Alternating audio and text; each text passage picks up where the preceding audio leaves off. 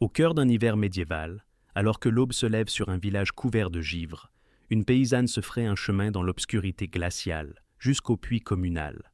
Son souffle forme des nuages dans l'air mordant. Elle porte un seau en bois, dont le bord est déjà cerclé de glace. Lorsqu'elle atteint le puits de pierre, elle découvre ce qu'elle craignait. L'eau a complètement gelé pendant la nuit, une épaisse couche de glace bloquant l'accès au liquide vital en dessous. Derrière elle, la fumée s'élève des cheminées des chaumières, et de quelque part à proximité s'échappe l'arôme de levure de la cervoise en fermentation. Le craquement de la terre gelée sous ses pieds, la morsure du vent d'hiver, le son lointain d'une hache brisant la glace sur le ruisseau, telle était la réalité médiévale lorsque l'hiver emprisonnait les réserves d'eau dans son étreinte glaciale. Que buvaient les gens lorsque leur ressource la plus fondamentale devenait aussi dure que la pierre? Comment des communautés entières survivaient-elles pendant des mois, alors que chaque source d'eau naturelle se transformait en glace? Cette exploration remettra en question l'un des mythes les plus tenaces de l'histoire, celui selon lequel les Européens du Moyen Âge évitaient l'eau et buvaient constamment de la bière à la place. Vous découvrirez comment le gel hivernal a créé des défis uniques, exigeant des solutions ingénieuses, de la récolte de la glace au brassage dans des conditions glaciales. Nous explorerons les hiérarchies sociales de la boisson au Moyen Âge, des nobles sirotant de l'hypocrase épicée aux paysans brisant la glace sur les puits gelés. Nous lèverons le voile sur le rôle oublié des femmes en tant que principales brasseuses d'Europe, et nous examinerons comment les régions ont développé des cultures de boissons distinctes, façonnées par le climat et la nécessité. L'une des idées fausses les plus répandues de l'histoire concerne ce que buvaient les gens au Moyen Âge. L'affirmation se retrouve dans d'innombrables livres, apparaît dans des documentaires populaires et circule sans fin sur Internet. Les Européens du Moyen Âge buvaient constamment de la cervoise ou de la bière parce que l'eau était trop dangereuse à consommer. Selon ce récit, tout le monde, des nobles aux paysans, y compris les enfants, se trouvait dans un état perpétuel de légère ivresse, car l'eau potable n'existait tout simplement pas. L'image romantique de paysans médiévaux éméchés, titubant au cours de leurs tâches quotidiennes, est devenue un fait historique accepté, répété si souvent que peu de gens prennent la peine de vérifier si c'est réellement vrai. La réalité raconte une histoire radicalement différente. L'eau était de loin la boisson la plus couramment consommée dans toute l'Europe médiévale, bue par les gens de toutes les classes sociales, tous les jours, pendant toute la période médiévale. Environ 9 personnes sur 10 au Moyen Âge vivaient à une distance de marche raisonnable d'une source d'eau potable. Une source, un ruisseau, un puits ou une rivière. Les implantations médiévales n'étaient pas dispersées au hasard dans le paysage.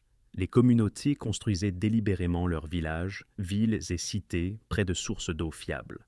Des sources jaillissaient du sol, fournissant une eau cristalline. Les rivières et les ruisseaux coulaient constamment. Des puits étaient creusés partout où les gens se rassemblaient. L'eau de pluie pouvait être collectée et stockée dans des citernes. L'eau était partout et, plus important encore pour la grande majorité des gens, elle était entièrement gratuite. Les preuves soutenant la consommation régulière d'eau proviennent de sources primaires de toute la période médiévale.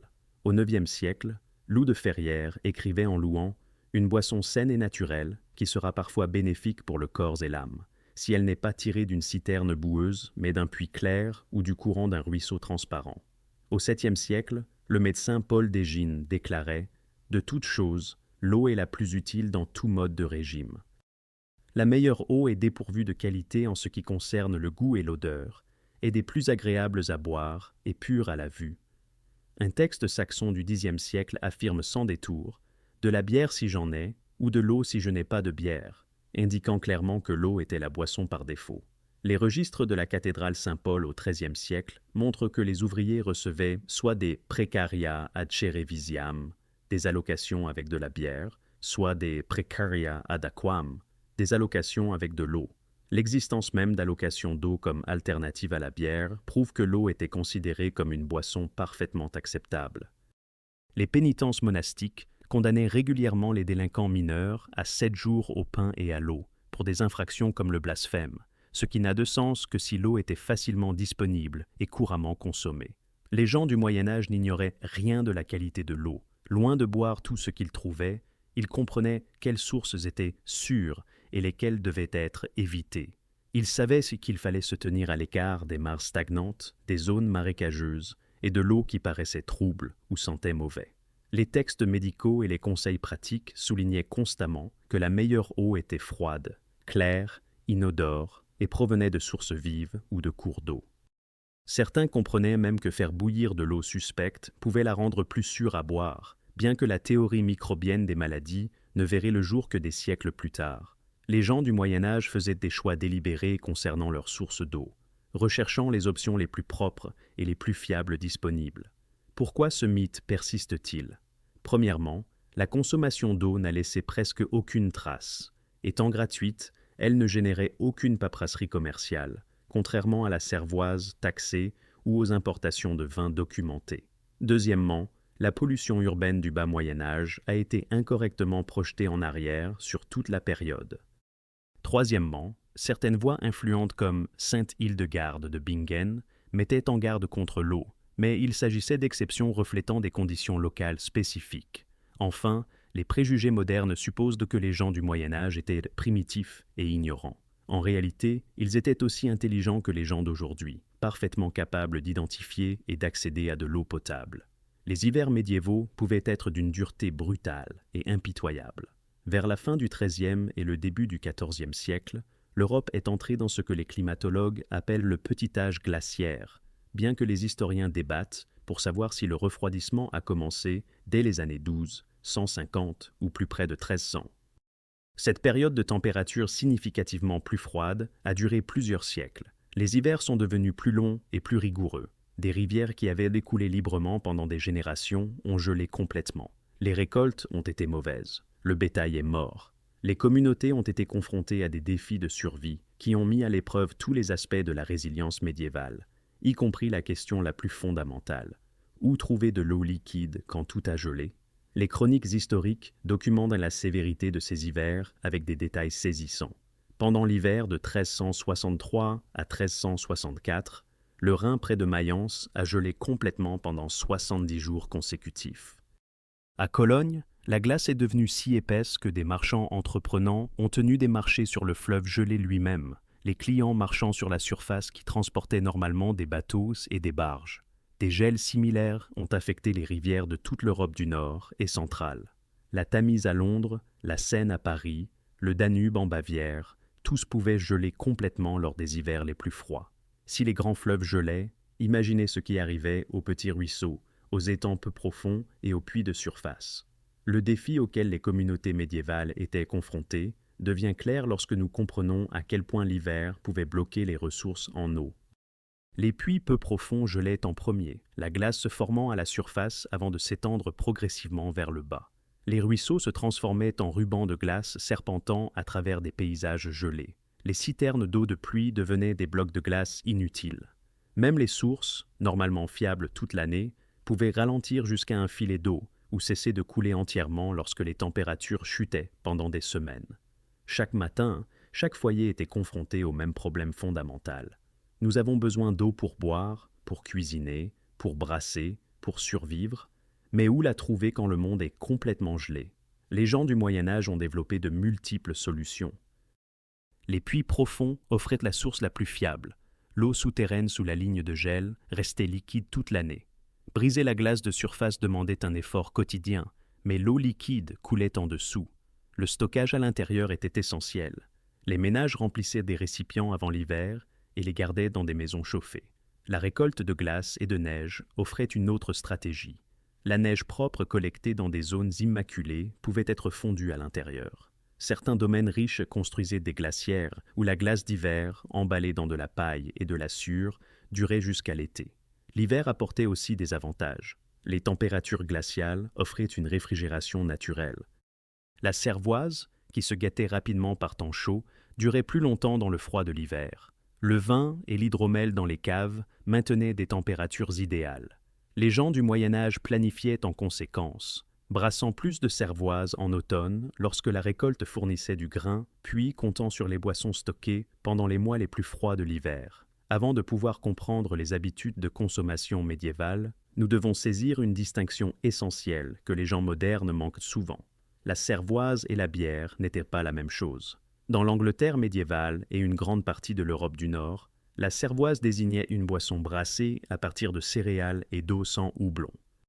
La bière, en revanche, désignait une boisson houblonnée qui est arrivée plus tard dans la période médiévale et a progressivement remplacé la cervoise traditionnelle. Cette différence n'était pas simplement sémantique, elle affectait fondamentalement la façon dont ces boissons étaient fabriquées, leur durée de conservation et qui les buvait. La cervoise médiévale était remarquablement simple à produire. La recette de base ne nécessitait que 2 ingrédients, des céréales, généralement de l'orge, bien que le blé, l'avoine ou d'autres céréales puissent être utilisées, et de l'eau chaude. Le grain était d'abord malté, trempé, laissé à germer, puis séché, un processus qui convertissait les amidons en sucre fermenté cible. Le grain maltais concassé était ensuite mélangé à de l'eau chaude pour créer un liquide sucré appelé mou. C'est là que réside la différence cruciale. Le mou de cervoise n'était pas bouilli. Au lieu de cela, on le laissait refroidir naturellement. Et lorsqu'il atteignait la bonne température, les levures sauvages présentes dans l'air se déposaient dans le liquide et commençait la fermentation. En quelques jours à une semaine, la fermentation primaire s'achevait, produisant une boisson légèrement alcoolisée au goût de céréales, légèrement sucrée et totalement différente de la bière moderne. Sans houblon comme conservateur, la cervoise se gâtait rapidement. En quelques jours, par temps chaud, peut-être un peu plus longtemps dans le froid de l'hiver, cela signifiait un brassage constant. Un ménage ne pouvait pas produire un grand lot et s'attendre à ce qu'il dure des semaines. Au lieu de cela, le brassage devenait une activité régulière et continue, avec de nouveaux lots produits tous les quelques jours à mesure que les précédents étaient consommés ou se gâtaient. Ce cycle de production constant avait de profondes implications pour la vie domestique médiévale, notamment en ce qui concerne la personne qui effectuait le travail. L'image populaire des gens du Moyen Âge buvant des gallons de cervoise chaque jour mérite un examen sérieux. Les registres monastiques et les livres de comptes des ménages riches montrent en effet des chiffres de consommation impressionnants. 1 ou 2 gallons par jour pour les moines, des quantités similaires pour les serviteurs retraités recevant des pensions, des allocations substantielles pour les ouvriers des domaines ecclésiastiques. Les registres de l'abbaye de Westminster indiquent que les moines recevaient un gallon chacun par jour. En 1272, un couple de retraités vivant de la charité de l'abbaye de Selby recevait 2 gallons par jour à eux deux. Ces chiffres semblent confirmer le stéréotype des médiévaux buvant constamment. Cependant, il s'agissait de groupes privilégiés, ayant un accès exceptionnel aux ressources. Une analyse historique récente révèle que les paysans ordinaires consommaient beaucoup moins de cervoise qu'on ne le prétend communément. En examinant quel pourcentage de la production agricole était destiné au maltage, la première étape essentielle du brassage, les chercheurs peuvent estimer la consommation réelle de cervoise. La découverte surprenante, seulement environ 8% de la production agricole était maltée pendant une grande partie de la période médiévale. Cela se traduit par environ 2,36 pintes de cervoise par semaine par paysan, soit environ un tiers de pinte par jour. Ce chiffre modeste contredit le mythe des paysans buvant de la cervoise en permanence. En réalité, l'eau restait leur boisson principale, la cervoise étant consommée en quantité beaucoup plus faible lorsqu'elle était disponible et abordable. La teneur en alcool de la cervoise médiévale était considérablement plus faible que celle de la bière moderne. La cervoise médiévale moyenne contenait environ 2% d'alcool par volume, assez faible pour être bu tout au long de la journée sans intoxication significative. La petite bière, spécifiquement brassée pour les enfants et les travailleurs ayant besoin de se rafraîchir plutôt que de s'enivrer, pouvait ne contenir qu'1,3% d'alcool. Comparez cela à la bière moderne à environ 5% d'alcool, et la différence devient claire. Les gens du Moyen Âge buvant de la cervoise légère ne s'enivraient pas. Ils consommaient une boisson riche en calories, qui fournissait à la fois hydratation et énergie pour le travail manuel. La cervoise était autant un aliment qu'une boisson, fournissant des calories substantielles qui soutenaient les travailleurs des champs, les artisans et les ouvriers dans leurs travaux physiques exigeants. Avant que la peste noire ne dévaste l'Europe en 1348, le brassage était très majoritairement un travail de femmes. Les archives publiques de nombreuses communautés médiévales traitèrent le brassage comme une profession exclusivement féminine. Le savoir-faire se transmettait de mère en fille, des générations de femmes assurant l'approvisionnement en cervoise de leur famille et de leur communauté. À Brigstock, un manoir anglais bien documenté, plus de 300 femmes, environ un tiers de toutes les femmes du manoir, brassaient de la cervoise pour la vente à divers moments. À Wakefield, entre 1348 et 1350, 185 femmes différentes, là encore environ un tiers de la population féminine, se livraient au brassage commercial. Il ne s'agissait pas d'opérations massives, mais plutôt de production domestique à petite échelle, qui générait un revenu supplémentaire. Les femmes étaient appelées alewives ou brewsters, et leurs produits subvenaient aux besoins de communautés entières. Un ménage de 5 personnes nécessitait environ 1,25 gallons de cervoise par jour, selon certaines estimations, bien que, là encore, des recherches récentes suggèrent que ce chiffre ne s'appliquait probablement qu'aux ménages plus riches qui pouvaient se permettre une telle consommation. Néanmoins, produire ne serait-ce qu'une fraction de cette quantité exigeait un travail constant. Les brasseuses brassaient chaque fois qu'elles avaient du grain en surplus et annonçaient les nouveaux lots en affichant des enseignes, un poteau avec un buisson ou un piquet à cervoise passé par une fenêtre ou accroché à l'extérieur de la porte. Les voisins se rassemblaient dans ces tavernes temporaires, apportant leurs propres récipients pour être remplis.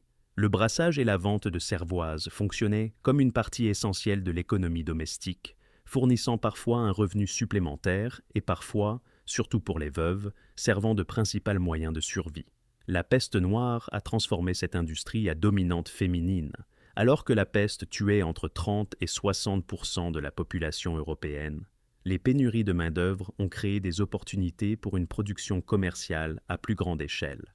Les brasseurs masculins sont de plus en plus entrés dans le métier, établissant des opérations plus importantes avec de la main-d'œuvre salariée et plus d'investissements en capital. La transition du brassage domestique aux brasseries commerciales a progressivement fait passer le brassage du statut de travail de femme à celui de profession d'homme, bien que le changement ait mis des générations à s'accomplir pleinement. Les autorités médiévales reconnaissaient l'importance de la cervoise et la réglementaient soigneusement. L'assise du pain et de la cervoise, établie vers 1266 dans l'Angleterre du XIIIe siècle, représentait l'une des premières lois de réglementation alimentaire de Grande-Bretagne. Cette législation liait directement le prix de la cervoise au prix du grain. Lorsque le grain était bon marché, la cervoise devait être bon marché. Lorsque les prix du grain augmentaient, les prix de la cervoise pouvaient augmenter proportionnellement.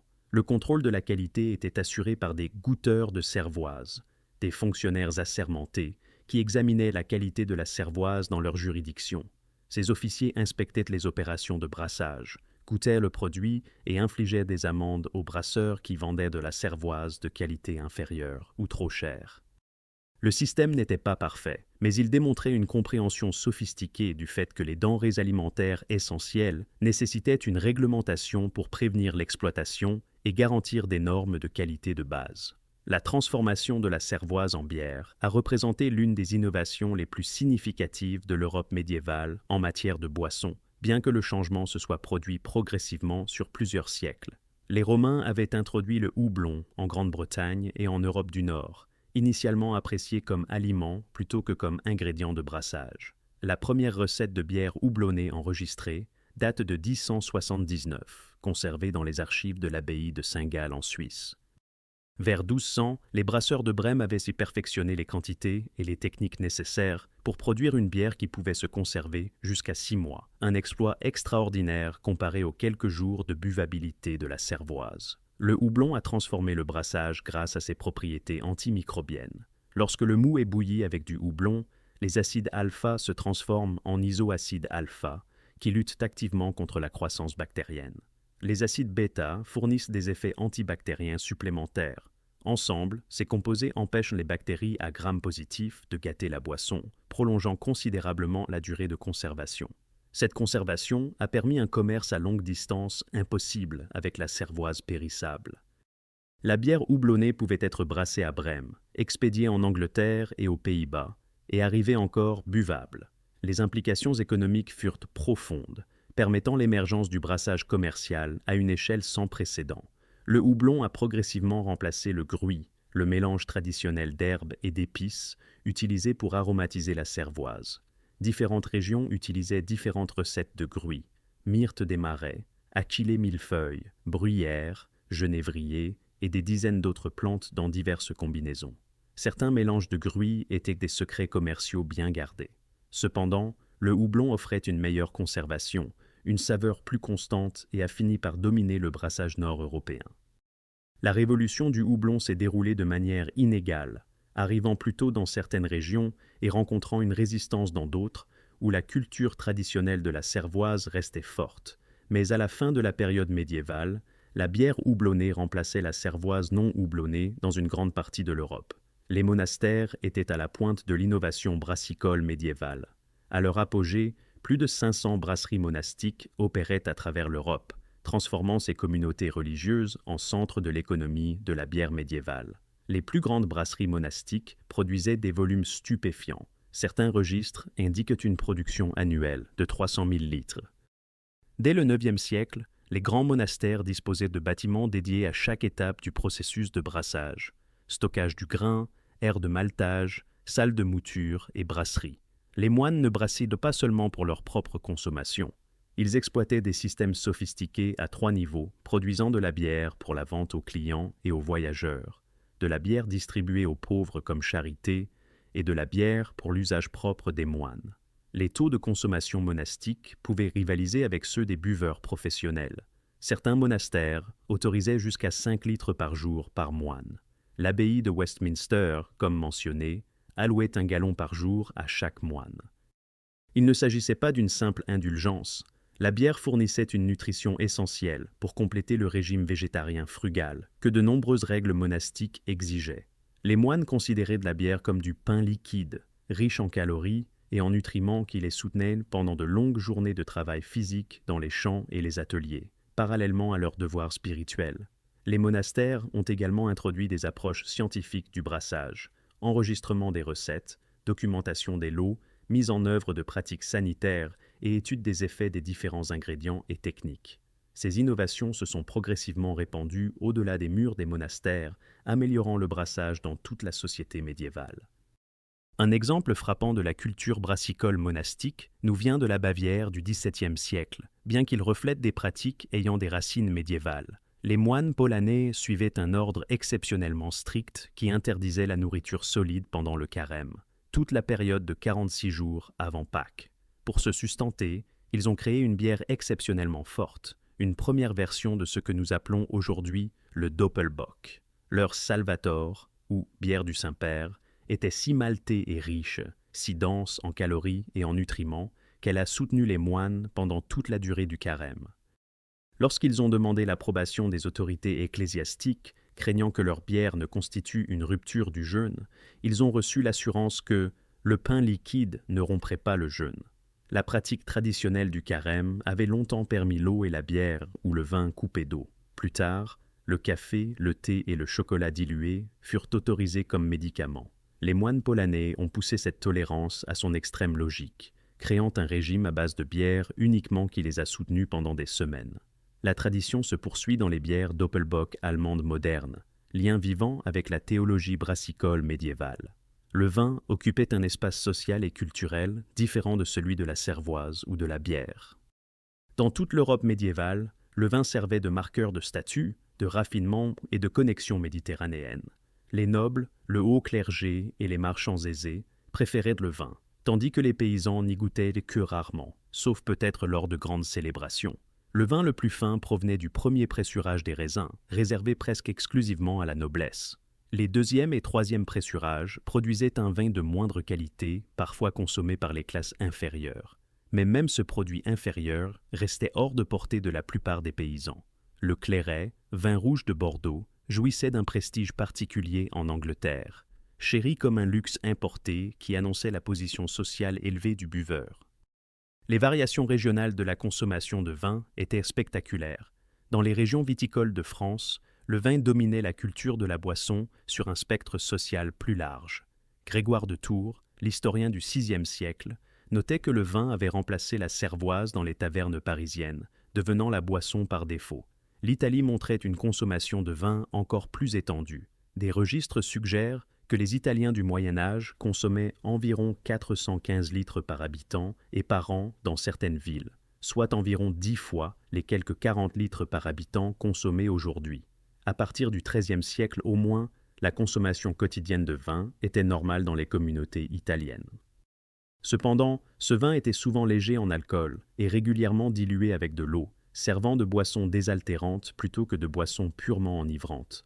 En Angleterre, le vin restait un luxe importé, abordable principalement pour les classes supérieures et réservé aux occasions spéciales pour tous les autres. L'avantage du vin sur la cervoise résidait dans ses capacités de stockage. Conservé dans des fûts de chêne en bois ou des jarres en argile gardées dans des caves fraîches et des pièces du rez-de-chaussée, le vin pouvait se conserver pendant des mois. Les caves offraient l'environnement frais, sec et stable qui préservait le vin à travers les saisons où le brassage était difficile. Cela rendait le vin particulièrement précieux pendant l'hiver, lorsque les sources d'eau gelée rendèrent le brassage difficile et que la cervoise se gâtait moins rapidement par temps froid, mais nécessitait tout de même une production fréquente. L'hydromel, vin fabriqué à partir de miel fermenté et d'eau, partageait les avantages de stockage du vin tout en offrant des saveurs différentes. L'hydromel pouvait atteindre 20% d'alcool par volume, bien que 10 à 12% fussent plus courants avec les techniques médiévales. Associé particulièrement aux cultures germaniques et nordiques, l'hydromel figurait en bonne place lors des festivités, des mariages et des festins. Les variations comprenaient le météglin, fait avec des épices ou des herbes, le mélomel, avec des fruits, le piment, avec du jus de raisin, le rhodomel, avec des pétales de rose, et le cisère, quelque part entre l'hydromel et le cidre. Le cidre et le poiré, boissons fermentées à base de pommes et de poires, respectivement, étaient largement consommés même parmi les classes inférieures, constituant des aliments de base du régime quotidien dans certaines régions. En Angleterre, le Somerset et d'autres régions productrices de pommes ont développé de fortes traditions cidricoles. Les régions françaises de Normandie et de Bretagne sont devenues célèbres pour leur cidre. Au XIIe siècle, en Galice, dans le nord de l'Espagne, le cidre était plus courant que le vin. L'Angleterre produisait du cidre dès la conquête normande en 1066, en utilisant d'abondantes pommes sauvages. D'autres fruits donnaient également des boissons fermentées. Le mûri à partir de mûres ou de mûres noires, la prunelle à partir de prunes. Ces vins de fruits offraient des options alcoolisées qui ne nécessitaient pas de céréales, une considération importante lorsque le grain était nécessaire pour le pain. Le lait frais occupait une position particulière dans la culture médiévale. Contrairement à aujourd'hui, les adultes du Moyen Âge n'en buvaient généralement pas. Le lait frais était réservé aux très jeunes, aux personnes âgées, aux malades et aux très pauvres. Faute de réfrigération, le lait se gâtait rapidement. Au lieu de cela, les gens du Moyen Âge transformaient le lait en forme stable, beurre, fromage, caillé, bas-beurre et petit lait. Ceux-ci pouvaient être stockés et consommés sur de plus longues périodes. Les pauvres buvaient du bas-beurre ou du petit lait, car ces sous-produits ne coûtaient rien. Malgré leur faible statut, ils fournissaient des protéines importantes à ceux dont le régime alimentaire incluait rarement de la viande. Les cultures scandinaves ont développé des traditions complètes de boissons laitières. Le bland, une boisson à base de petits laits fermentés, occupait une place prépondérante dans le régime nordique. Les communautés nordiques utilisaient presque tous les sous-produits laitiers, ne gaspillant rien de leurs précieux troupeaux. Que buvaient les enfants du Moyen Âge? La petite bière d'environ 1,3% d'alcool était considérée comme adaptée aux enfants. Les orphelinats monastiques fournissaient aux enfants une pinte par jour, croyant que cela prévenait les maladies. Cependant, les enfants buvaient aussi de l'eau. Le mythe selon lequel ils ne consommaient que de la bière légère est faux. Le lait était donné aux jeunes enfants et aux bébés. Les textes médicaux décrivaient le lait de vache comme particulièrement adapté aux enfants et aux personnes âgées. L'hiver créait des défis pour les boissons laitières. Les vaches produisaient moins de lait pendant les mois froids. Cependant, la réfrigération de l'hiver facilitait le stockage. Le fromage et le beurre, étant des graisses solides, représentaient des formes idéales pour le stockage hivernal, restant comestibles pendant les mois froids. Les hivers médiévaux étaient un froid pénétrant que les gens modernes, avec le chauffage central, ont du mal à imaginer. Les bâtiments offraient une protection limitée. Les murs de pierre irradiaient le froid. Les structures en bois étaient pleines de courants d'air. Les fenêtres en verre étaient rares et petites. La chaleur provenait de cheminées qui chauffaient de petites zones, tout en laissant les pièces glaciales. Dans ce contexte, les boissons chaudes offraient une chaleur physique et un réconfort psychologique bien au-delà du simple rafraîchissement. L'aristocratie savourait des vins épicés élaborés, conçus spécifiquement pour le temps froid. L'hypocras, également orthographié Hippocras ou Hippocras, était un vin épicé qui pouvait être servi chaud ou froid, mais qui était particulièrement apprécié comme réconfort hivernal. Le nom dérivait de la manche filtrante d'Hippocrate, le Manicum Hippocraticum, à travers laquelle le vin épicé était filtré. La première recette anglaise apparaît dans le Form of Cury, un livre de cuisine compilé vers 1390 pour la cour du roi Richard II. Les recettes d'Hippocrate faisaient appel à des épices importées coûteuses, cannelle, gingembre, clous de girofle, noix de muscade et autres, selon les préférences régionales et ce qui était disponible. Sucré avec du miel ou du sucre précieux, chauffé à la vapeur et servi dans de fines coupes, l'Hippocrate représentait le luxe et le statut. Il apparaissait à la fin des repas élaborés, servi avec des gaufrettes dans le cadre du service de dessert, qui est devenu la norme dans les dîners aristocratiques du bas Moyen-Âge. Boire de l'Hippocrate annonçait que vous étiez assez riche pour vous offrir des épices exotiques, assez raffiné pour apprécier des saveurs complexes, et assez élevé dans la société pour vous attendre à de tels luxes. Le clairet, ce vin rouge prisé de Bordeaux, était fréquemment chauffé et épicé en Angleterre. Le processus consistait à chauffer doucement le vin avec des épices, créant une boisson aromatique parfaite pour les festins d'hiver. Le Porto et le Clairet étaient tous deux considérés comme particulièrement adaptés à cette préparation, leur saveur robuste résistant à l'ajout d'épices réchauffantes. Cette tradition s'est poursuivie au fil des siècles et a connu un renouveau à l'époque victorienne, lorsque le vin chaud est devenu une boisson festive de vacances. Les marchés de Noël modernes à travers l'Europe servent du vin chaud, dont la lignée remonte directement aux pratiques médiévales, maintenant des traditions vieilles, de plusieurs centaines d'années. Le posset représentait l'une des boissons chaudes accessibles les plus importantes. Cette boisson combinait du lait caillé avec du vin ou de la cervoise, épicée et sucrée, servant de boisson d'après-dîner, d'aide au sommeil et de médicaments. Les autorités médicales croyaient que le posset guérissait les rhumes, aidait à la digestion et renforçait l'endurance. Pendant les épidémies de peste, les gens y ajoutaient des herbes médicinales, sauge, romarin, menthe et thym.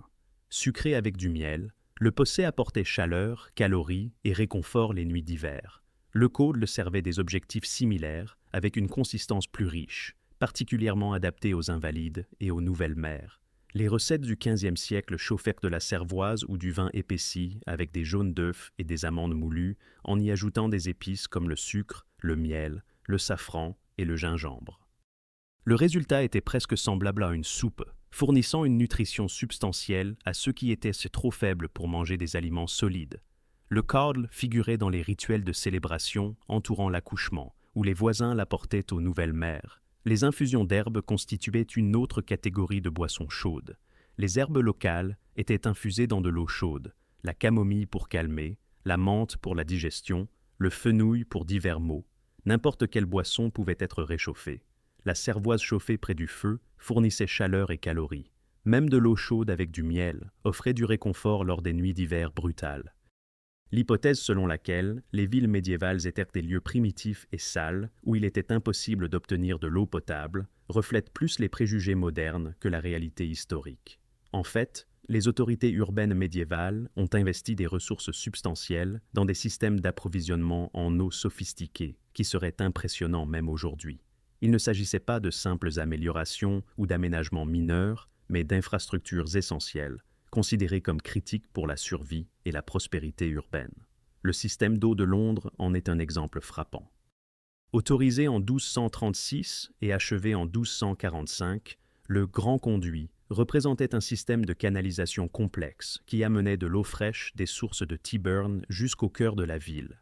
Des tuyaux en plomb, soigneusement fabriqués et posés, transportaient l'eau sur des distances considérables pour alimenter les fontaines publiques de tout Londres. Ces fontaines, présentant souvent des bassins polygonaux ou circulaires élaborés, sont devenus des lieux de rassemblement communautaires où les résidents collectaient leur approvisionnement quotidien en eau. Un autre système, simplement appelé le conduit, a fonctionné à partir du XIIIe siècle, amenant de la même manière de l'eau de source fraîche par des tuyaux en plomb jusqu'à des points de distribution urbains. Ce n'était pas unique à Londres. Des villes comme Augsbourg, Fribourg, Salzbourg, Nuremberg, Vienne et Strasbourg ont toutes développé des infrastructures d'approvisionnement en eau comparables pendant la période médiévale. L'investissement en matériaux, en main-d'œuvre et en expertise en ingénierie que ces systèmes exigeaient démontre à quel point les autorités urbaines prenaient au sérieux la fourniture d'eau potable.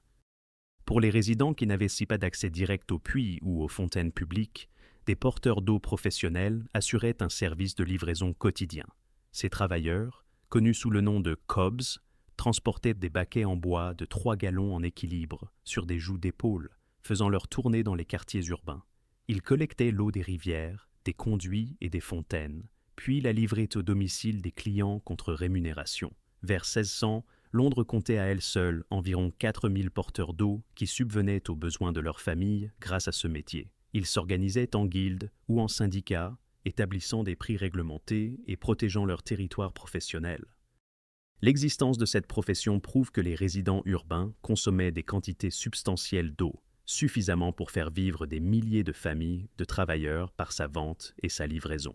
Cependant, la qualité de l'eau en milieu urbain a été confrontée à de sérieux défis, en particulier à mesure que les villes médiévales s'agrandissaient et que les systèmes d'assainissement peinaient à faire face à la densité de population accrue. Les sources de contamination étaient évidentes et répugnantes.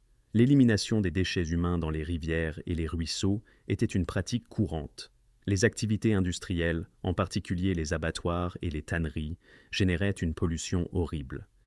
Les intestins, les têtes, le sang, la fourrure et les poils des opérations de boucherie étaient jetés directement dans les sources d'eau. Les ordures générales et le fumier des populations denses s'accumulaient dans les rues, se déversant dans les cours d'eau lors des pluies. La puanteur seule devait être écrasante dans les zones urbaines mal drainées. Les gens du Moyen Âge reconnaissaient le lien entre la contamination et la maladie, bien que leur compréhension diffère de la théorie microbienne moderne. Le cadre médical dominant était la théorie des miasmes, la croyance que l'air corrompu et les odeurs nauséabondes propageaient les maladies. La chair putréfiée, les déchets en décomposition et l'eau stagnante généraient des miasmes dangereux qui corrompaient l'air et rendaient malades ceux qui y étaient exposés. Bien qu'incorrecte sur le mécanisme spécifique, cette théorie identifiait correctement que la puanteur et la saleté menaçaient la santé publique. Les miasmes pouvaient se propager par l'air, le sol, l'eau et les objets contaminés. Les notions de contagion remontaient à l'Antiquité, donnant aux autorités médiévales un cadre pour comprendre comment la maladie se propageait dans les communautés. Les réponses gouvernementales à la pollution de l'eau se sont intensifiées à partir des XIIe et XIIIe siècles. Des ordonnances municipales traitaient de l'assainissement public dans les villes européennes. Ces réglementations ont connu une hausse spectaculaire après la première vague de peste au milieu du XIVe siècle, alors que les autorités cherchaient désespérément des moyens de prévenir la propagation des maladies.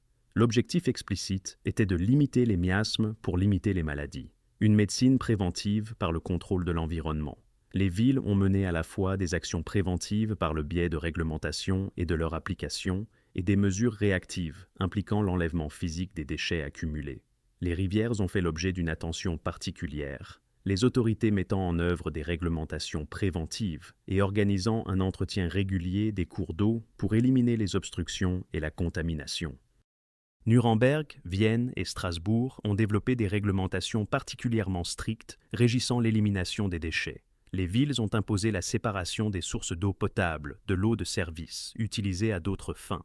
Les artisans s'exposaient à des amendes substantielles pour la pollution des sources d'eau potable, avec des peines suffisamment sévères pour menacer leurs moyens de subsistance et dissuader les violations.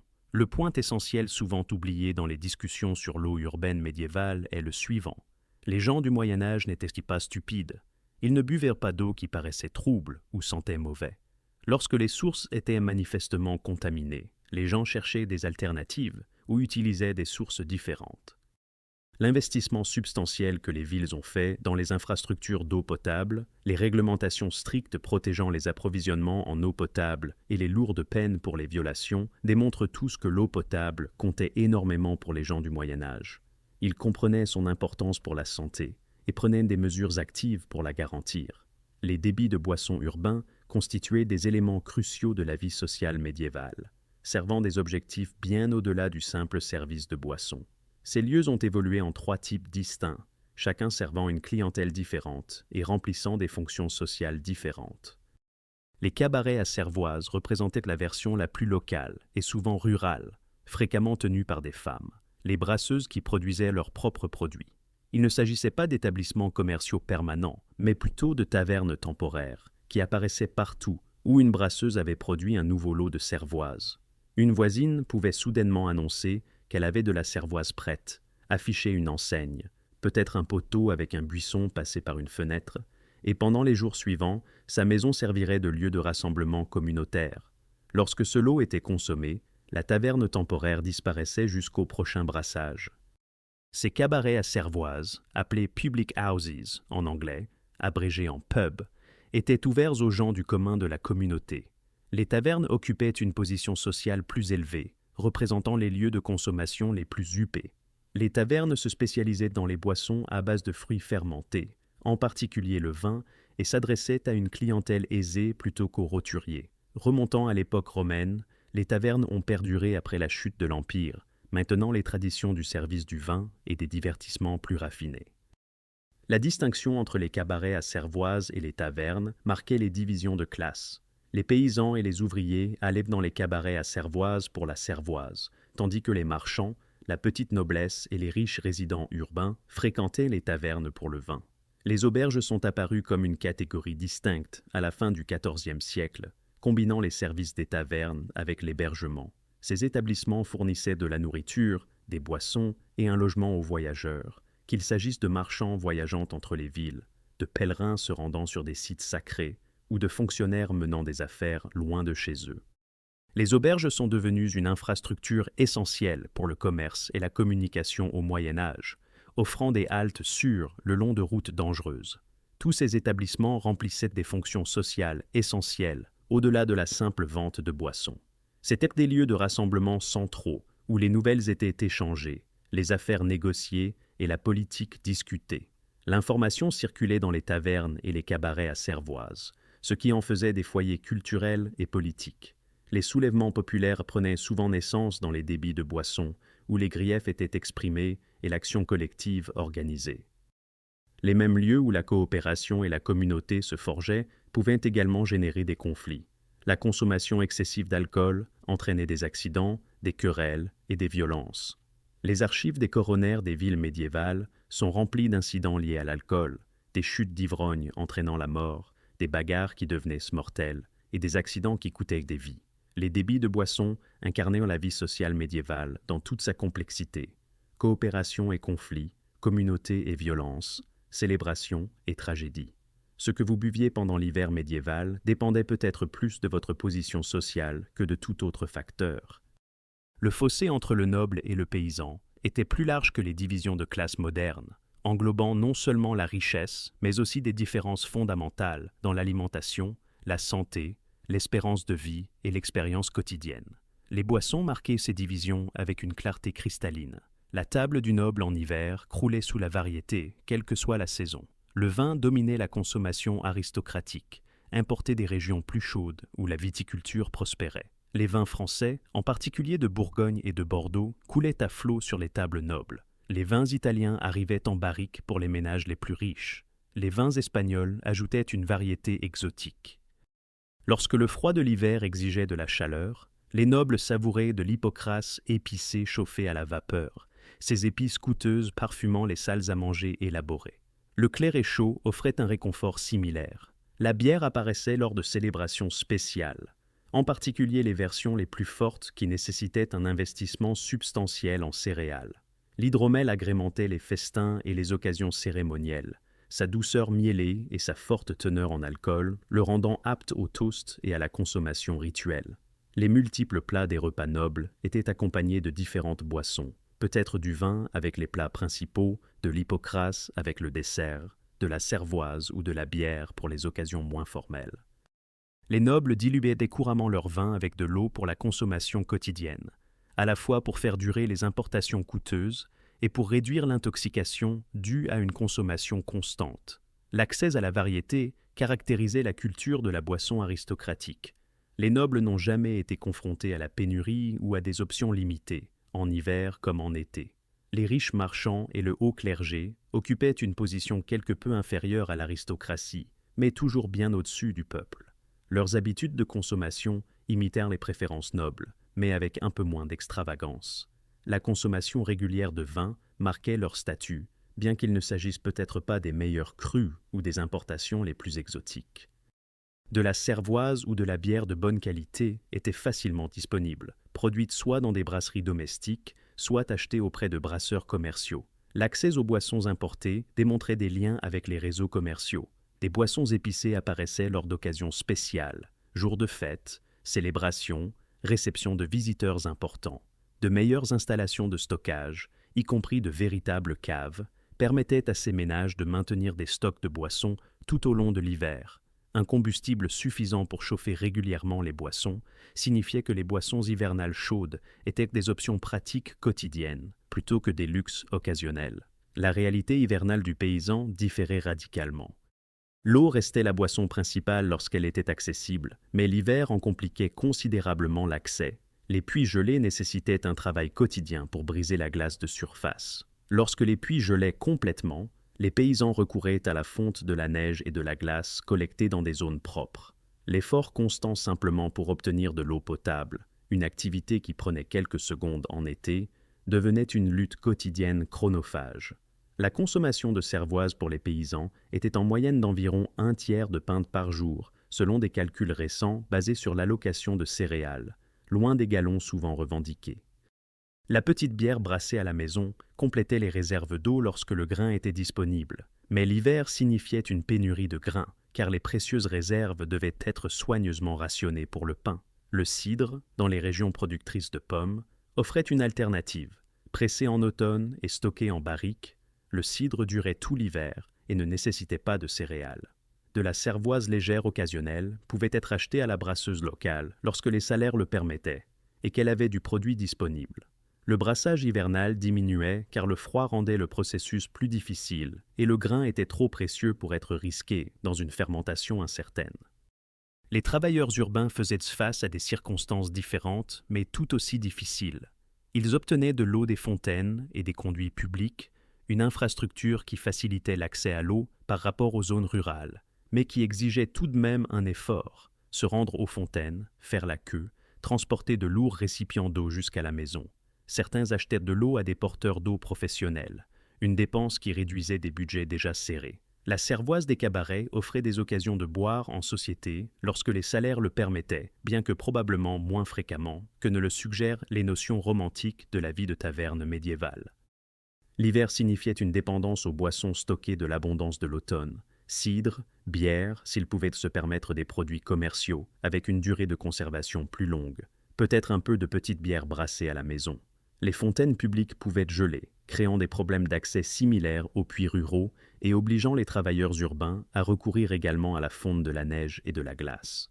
Les boissons des enfants variaient considérablement selon la classe sociale. Les enfants de nobles profitaient de vins dilués, de petites bières de bonne qualité et de lait fourni par les serviteurs de la maison. Ces enfants n'ont jamais connu la privation ni eu soif. Les enfants de paysans buvaient de la petite bière lorsqu'elle était disponible, de l'eau provenant des sources auxquelles la famille pouvait accéder, et occasionnellement du lait, bien que les produits laitiers fussent plus couramment consommés sous forme de fromage ou de beurre. Les orphelinats monastiques fournissaient des soins institutionnalisés, qui incluaient une pinte de bière légère par jour, sur la base des croyances médicales médiévales, selon lesquelles la bière prévenait ou guérissait les maladies infantiles. Pour les enfants malades de toute classe, le lait chaud avec du miel servait de médicament et de réconfort, censé renforcer les constitutions faibles et soulager la souffrance. Les habitudes de consommation des femmes méritent une attention particulière car elles différaient de celles des hommes de manière importante. Les femmes brassaient, c'est un fait bien établi. Qu'elles consommaient à des taux comparables reste moins clair. Les tavernes et les cabarets à cervoise étaient des espaces sociaux à dominante masculine, où les femmes apparaissaient ici principalement comme des travailleuses plutôt que comme des clientes. Les femmes respectables, en particulier des classes sociales supérieures, fréquentaient rarement les débits de boissons. La consommation à domicile de cervoise, d'eau et de lait caractérisait la consommation des femmes. Les mères allaitantes recevaient des boissons spéciales, en particulier le curl et le posset, censés renforcer à la fois la mère et le nourrisson. Les infusions d'herbes à des fins de santé étaient particulièrement associées aux femmes, qui maintenaient la connaissance des propriétés des plantes et préparaient des remèdes pour les membres de leur famille. La consommation sociale pour les femmes avait lieu principalement lors de rassemblements à la maison, célébrations, fêtes religieuses, transitions de vie comme les naissances et les mariages, plutôt que dans des lieux publics. Les variations régionales dans les habitudes de consommation hivernale reflétaient le climat, les pratiques agricoles et les traditions culturelles. La culture de la cervoise en Angleterre dominait la consommation du peuple, complétée par de l'eau et, pour les riches, du vin importé. Le cidre prospérait dans les régions productrices de pommes comme le Somerset et le West Country. Les régions viticoles de France favorisaient naturellement le vin sur un spectre social plus large, tandis que la Normandie et la Bretagne développaient de fortes traditions cidricoles. La culture de la bière en Allemagne, enrichie par les innovations brassicoles monastiques et finalement l'adoption du houblon, a créé des traditions de boissons distinctes aux côtés de la production d'hydromel qui reflétaient d'anciennes coutumes germaniques. Le climat chaud de l'Italie et sa viticulture étendue signifiaient que le vin dominait la consommation dans toutes les classes sociales, bien que même les hivers italiens nécessitèrent des boissons chaudes. La Scandinavie combinait la bière, l'hydromel et des boissons laitières distinctives comme le blend en une culture de la boisson façonnée par les climats nordiques rigoureux. Les diverses régions d'Espagne montraient une diversité correspondante. Le vin dominait dans le sud où les raisins prospéraient, tandis que le nord de la Galice préférait le cidre fabriqué à partir de variétés de pommes rustiques. Le climat façonnait ce qui pouvait être produit, ce qui à son tour façonnait des préférences culturelles qui ont persisté à travers les générations. La question de savoir ce que les gens du Moyen Âge buvaient lorsqu'ils n'avaient pas d'eau potable en hiver révèle une réalité bien plus complexe que ne le suggèrent les mythes persistants. L'eau était la boisson la plus courante dans toute l'Europe médiévale, bue par les gens de toutes les classes sociales. L'hiver présentait des défis, puits gelés, ruisseaux glacés, mais les gens du Moyen Âge se sont montrés capables de s'adapter en faisant fondre la neige et la glace, en brisant les surfaces gelées, en stockant l'eau à l'intérieur et en comptant sur des puits profonds où l'eau souterraine restait liquide. Le mythe selon lequel les gens du Moyen Âge évitaient l'eau s'effondre à l'examen. Cette idée fausse est née de l'absence de l'eau dans les registres commerciaux, de la pollution urbaine ultérieure projetée en arrière et des préjugés modernes.